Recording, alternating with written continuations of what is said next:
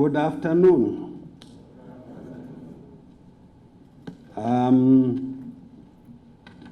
I stand here to deliver the speech by His Excellency the President, who was supposed to be with you, but because of other exigencies, he has delegated me to deliver his address to this important conference. The Director of Ceremonies, Permanent Secretary for Energy and Power Development, Engineer Gloria Magombo. Vice President, Honorable Colonel Retired KCD Moadi, in absentia on other government business. The Minister for Provincial Affairs and Devolution, Matabele North Province, Honorable Richard Moyo. Minister of Energy and Power Development, Honorable Edgar Moyo. Other honorable ministers here present, and I recognize the Minister of Finance and Economic Development, Investment Promotion. I think he did that well today on that other cap, the investment promotion. And Minister of Lands, Agriculture, Fisheries, Water and Rural Development, Dr. Anxious Jongwe Masuka. When he's here, he wants to be called Masuku. And in the other side, he wants to be called the other way, Masuka. Honorable Deputy Ministers, senior government officials, members of the Diplomatic Corps, senior government officials, the Mayor of the city of Victoria Falls, stakeholders and captains of energy sector here present, distinguished guests, ladies and gentlemen. It is an honor and privilege to be officiating at this year's edition of the International Renewable Energy Conference and Expo in Zimbabwe, in this tourist resort city of Victoria Falls, Mos Otunya. The fact that all of you organizers and participants alike have consistently convened annually over the last 5 years is commendable. Congratulations. It attests to your collective commitment to building a sustainable energy future, as suggested by your theme for this 5th edition. The wealth of knowledge this forum has unraveled over the last 5 years must be exhibited in the content of presentations, discussions, and subsequent recommendations. All your efforts should ultimately lead to tangible investments, projects, and programs. Players and stakeholders in the energy sector have a responsibility to proffer and implement robust solutions to propel the attainment of the 2030 energy sector targets. As we do so, it is critically important that we remain cognizant of our obligations and commitments at the global level. More so, that Zimbabwe joined the Committee of Nations in supporting the Renewables and Energy Efficiency Pledge, as well as the Cooling Pledge at COP28, held in the United Arab Emirates last November. The various pledges are indeed key for the realization of Vision 2030. Sustainable Development Goal number 7, and increased access to clean and affordable energy. Ladies and gentlemen, Zimbabwe, being one of the founding members of the Accelerated Partnership of Renewables in Africa, is collaborating and partnering with other African countries in the implementation of sustainable energy programs and projects. This is set to double our national energy mix while contributing to regional energy security and investment opportunities that leaves no one and no place behind. The multi-pronged challenges of climate change, coupled with urgent need to industrialize our country, demand you to be bold and decisive in the type of interventions and investments you make to close the energy gap. We cannot be found wanting and must keep up with the rest of the world. Conferences such as this and other platforms should critically examine the ongoing transition by incorporating the associated technological and socio-economic dimensions. Aspects related to the human capital development needs in terms of skills and competencies must be nurtured, should be given due attention. Youth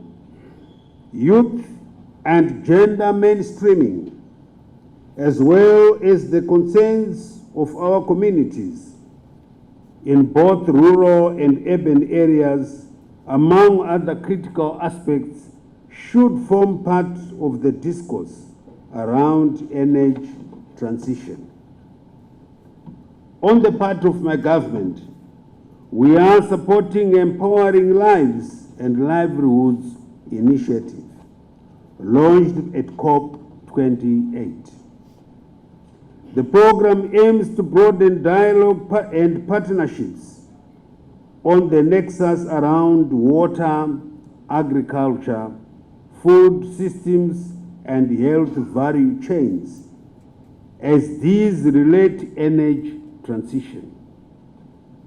To date, we are grateful for the invaluable partnership and support from the International Renewable Energy Agency for the development of a country program and prioritized strategy.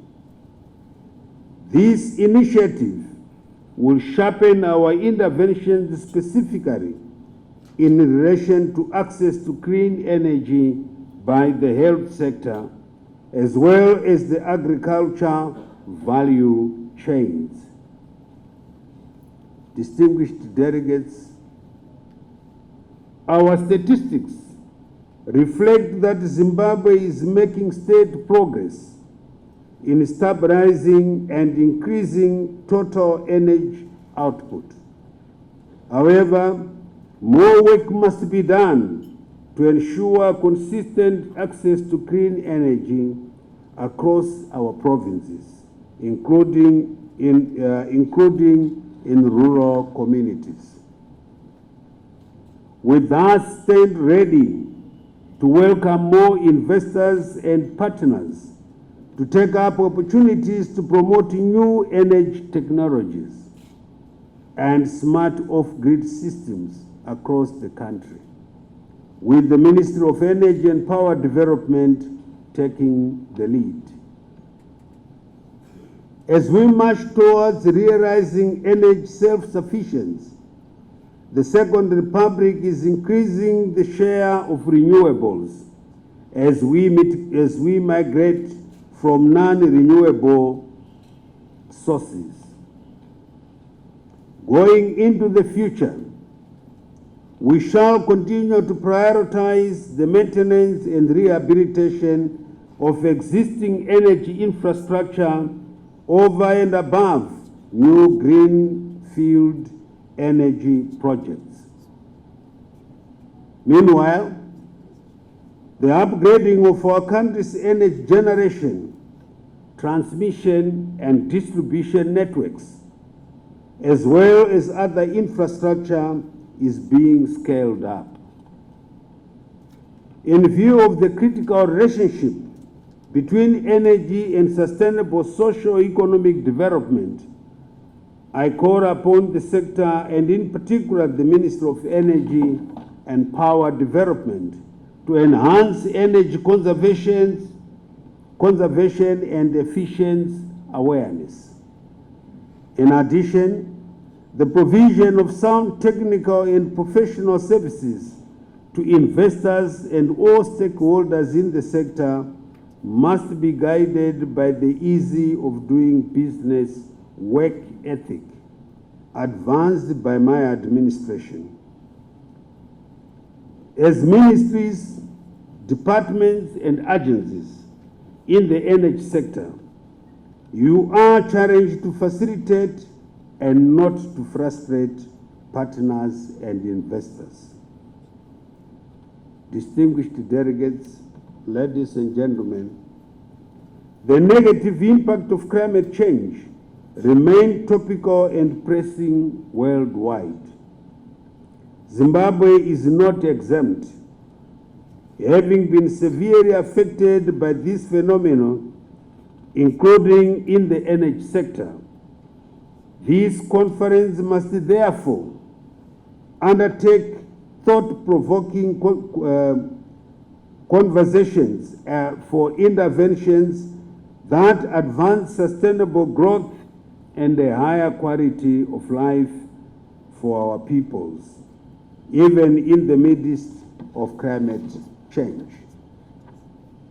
The energy sector is also urged to equally shift the discourse so that we chart greener development pathways that do not compromise environmental biodiversity and our pressing need to modernize and industrialize Africa. On its part, my government will continue to fine-tune policies and heighten the implementation of flagship projects to manage the uncertainties associated with climate change. The adage goes, alone one can go fast, but together we can go far.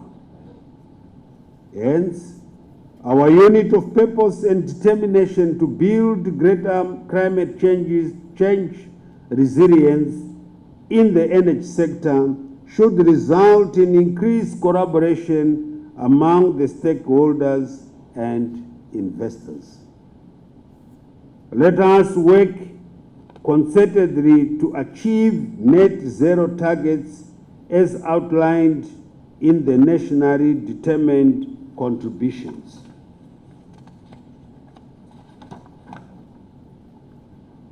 The government project support and implementation agreement has been developed and now this afternoon has been issued.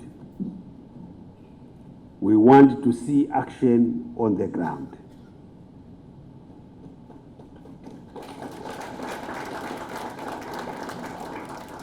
The renewable energy targets based on the nationally determined contribution are set to reduce greenhouse gas emissions while positively impacting on the demand and supply trends and maintain affordability of power to end user consumers. I call upon manufacturers of green energy solutions and products to be more proactive and establish factories in Africa. Knowledge sharing around current trends, technologies, and financing avenues must be promoted.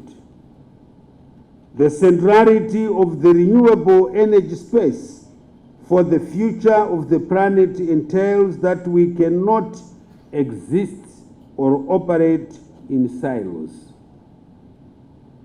There is need for unit and coordinated efforts. Ladies and gentlemen, Zimbabwe is a safe investment destination.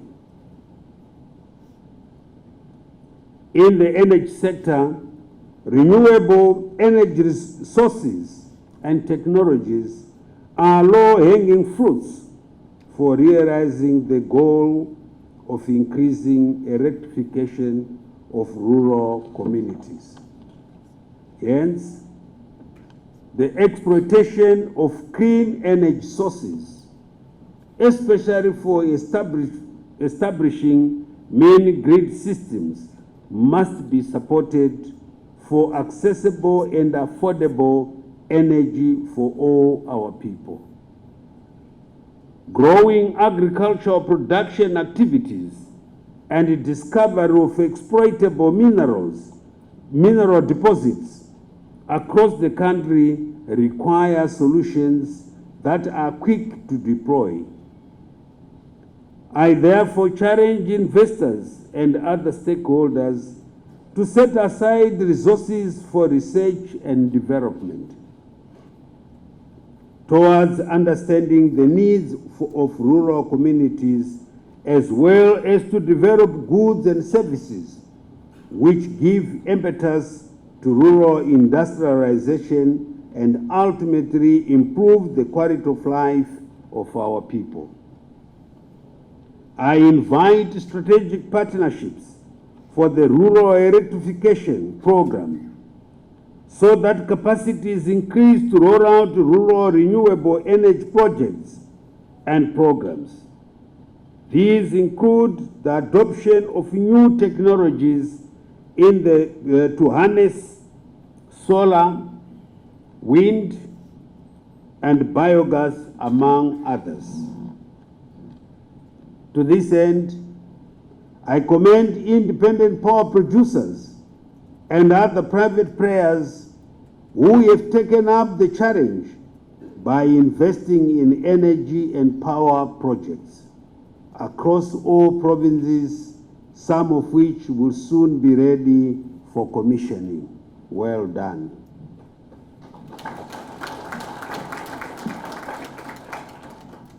In conclusion, may I once again express my confidence in your collective abilities as stakeholders to propel our aspirations in the renewable energy sector.